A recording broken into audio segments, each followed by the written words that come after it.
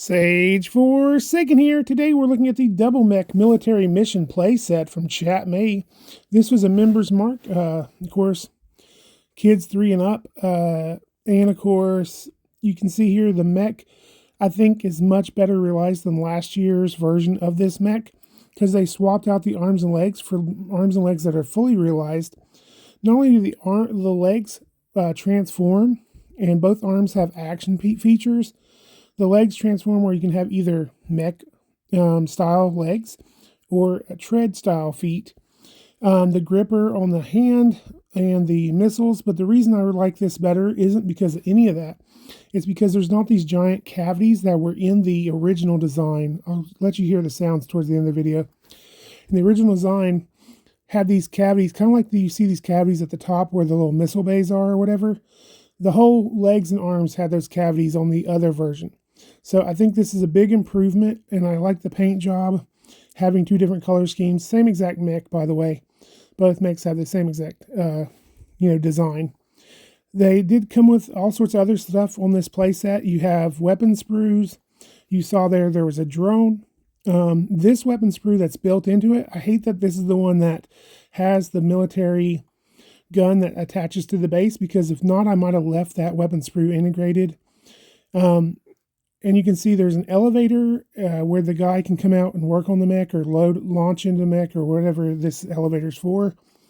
Good design on the base. There's all sorts of sculpting, detail, and things of that nature. I like that the blue part is actually a sprue, weapon sprue for a Boston Dynamics style robot. Here's another weapon sprue. You can see here there's axe, there's grenades, guns, all sorts of stuff in here. Some sort of bomb detonator or something. More guns, more grenades. So like I said, I really like the weapon sprues, the sci-fi futuristic look of the weapons. The base does, when you have the robot in tread mode, the mech, can connect to the base so that it doesn't fall off the base when it's just sitting there, which I like is a good feature. Here's that gun out of that weapon sprue that actually goes onto the base so that you can actually repel and defend the base.